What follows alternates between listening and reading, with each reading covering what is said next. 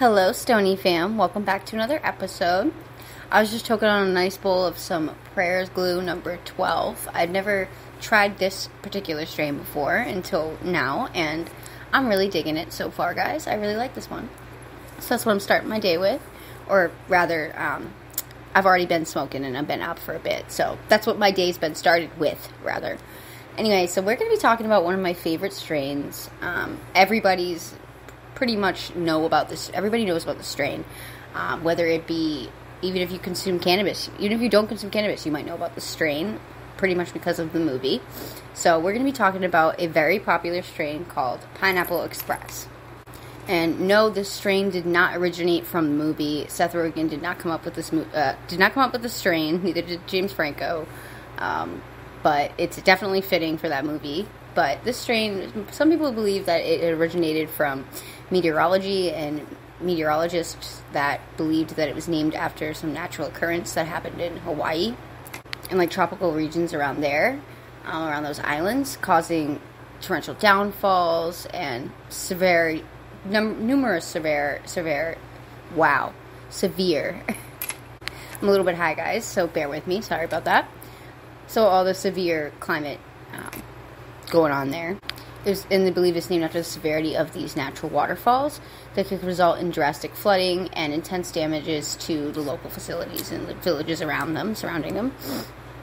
And some people may say that it was named after the natural occurrence because of one strain in particular in Hawaii, where many occurrences happen, and the other strain is also called train wreck. So that would be kind of like the opposite of that, but it's very similar. It's referring to the damages that it causes. So one is like where it's taking place, and the other is going to be the damage that it causes.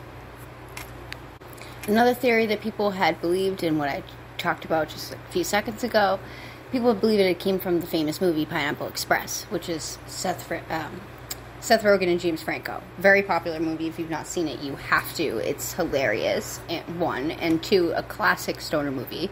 Definitely a must-see, so you definitely have to see that if you have not. But that aired in about 2008. But based on the facts of what we do know, though, about the strain, it had come into existence in the mid-2000s. G13's Labs had a cannabis seed company that they'd claimed they had made the ultimate strain of this. So Pineapple Express had already existed, but this was when it really started to peak and gain some popularity. And then after that, the movie had come out, and then it really took off in popularity. So they said that combining two sativa hybrids, Trainwreck and Hawaiian, it gave them birth to Pineapple Express. So that's the two parent strains for that strain. 5 years of this was prior to the release of that movie. So they claimed that they'd come up with this ultimate version of the strain 5 years prior to this movie being released.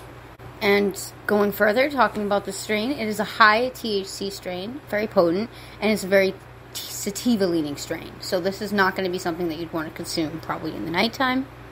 It provides a nice sweet and citrusy flavor and aroma, along with just some euphoric and energy. Like I said, it's just a really, really great go-to strain for daytime use, or if you're going to on a hike, if you're going to go on a walk, if you're out in a social setting, whatever you name it. Something like that, it would be the greatest strain to go towards. It also can help with a lot of different ailments. It can also assist with helping with depression, if you're feeling lack of motivation, and just some decreased body movements and discomfort that you have within your body. It can help with that as well. So it can really help with some pain and some mental stuff going on up in there too, which is another really great thing that I love about cannabis. Not only is it going to get you feeling great, feeling high, but it's going to help with these things that you deal with every day on a day-to-day basis or whatnot. So I love that.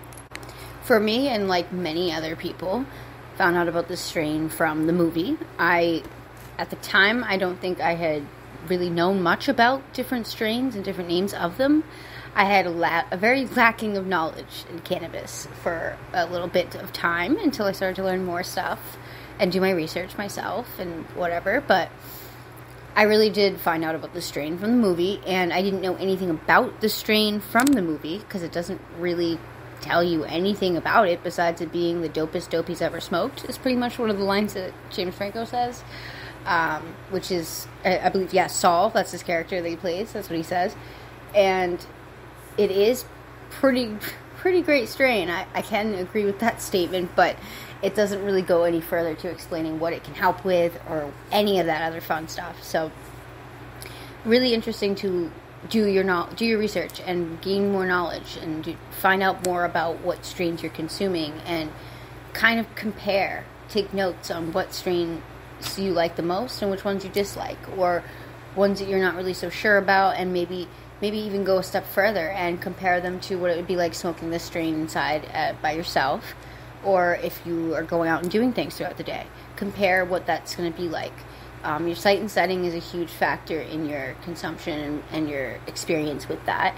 Not only is it going to be the amount you're consuming, if you're eating much throughout that day, if you've been hydrated, like there's so many different factors that come into it that it's not just one thing. And that's really the most exciting and unique and cool thing about cannabis, but also can be very frustrating and complicated. But I will always say this: I love it, and I will continue to love finding out more things about cannabis. Now, kind of irrelevant, but also a fun fact that I wanted to share with you guys that I had recently found out about because I was just really stoned one day, just smoking, listening to music, and one of these songs popped up on my playlist. I haven't heard it in quite a long time, but the song French Inhale popped up, and as I'm smoking, and then I started to, hit my joint, French Inhale myself, I started to think, I was like, well, what if you're French? What do they call that? What do they call that there? And I was really curious about that. I was like, well, what do they call that there? Because we call it this here. And, I looked that up. My friend told me, who lives over in that area, she said that we don't call we don't call cotton candy. We call it candy floss. So it's really interesting just to the dynamic and the different names that we use for things and stuff like that. So it also can be referred to as an Irish waterfall. I'm going to have to keep looking up more stuff about that because I did have my notes next to me about it and I cannot find it for the life of me. So yeah, it's just pretty cool that it's not only is it called something different, but from what I remember, from what I had written down from my research, don't quote me on this, I might be completely wrong about some of these facts because I don't have them in front of me, but from what I remember, they said that back in the olden times that they would say those that would be, they would do that, the French Inhale or the Irish waterfall they would call it, is because they were so royal and so respected, whatever you want to call it, that their smoke would go upwards, that it would just naturally gravitate upwards, which obviously isn't the case. It's not just going to go straight up into their nose unless they are doing that process of getting it there. But that's just pretty cool. But yeah, going back on what I was talking about with Pineapple Express, I actually low-key want to rewatch that movie for like the 100th time yet again, maybe today. It's a classic movie, and I love anything with Seth Rogen and James Franco. Them together is just comical genius. It's hilarious. But yeah, guys, unfortunately, this episode is going to be kind of a little bit on the shorter side. I have a lot of stuff being jam-packed into my schedule this week. It's going to be quite busy, and then even the next week coming up after that is going to be very busy as well. I have a concert that I'm going to be going to, which I'm super, super, super excited for. I'm going to be going to see the part of the Grey Day tour, going to be in Massachusetts. Super excited. I bought the tickets, I think, like 2 months ago now, and I've just been counting down the days every single day. So I cannot wait. I'm super excited. And it's also going to be my dog's birthday coming up the day after that, so on the 10th. I'm super excited for that as well. He's going to be turning 12. I'm also super excited to share with you guys. I can't believe I've also said that. I think I said super excited 3 times, but whatever. I'm just really happy to share with you guys that it's not only is it going to be his birthday, but this is going to be the second time that I've talked about his birthday on here with you guys. So this is our 1-year anniversary pretty much coming up, or has been already, of posting on here. So thank you guys so much for listening. And I've really enjoyed being able to post on this platform and being able to put out my thoughts and my feelings and just some facts that I've learned and want to share with you guys. Because knowledge is key. It's power. And I want to share that with everyone. If I know something that I think is really cool and interesting and I want to share that with other people, I would like to do that. And even on the flip side of that, I want to learn more things as well. And if I'm wrong, I want to be corrected. I want to learn all that there is to learn. And when it comes to cannabis, there's going to always be more. So I also love that as well, because I get, with my ADHD and everything else going up in my brain, like, I constantly like to keep busy and finding more and more things to learn and do and just grow within not just the industry, but with my knowledge of cannabis is really important to me and special to me. And being able to talk to you guys is really special and important to me as well. So, yeah. I'm going to end that on a high note, and I'm going to take a big bong rip for you guys. As well as when I was talking about some exciting stuff that I got jam-packed going on in my schedule, I will say that I have some really exciting stuff that will be coming up and being posted on my Instagram soon, so stay tuned for that, and it'll also be popping up on my Twitter, so stay tuned. I promise I will fill you guys in on what's going on. But cheers.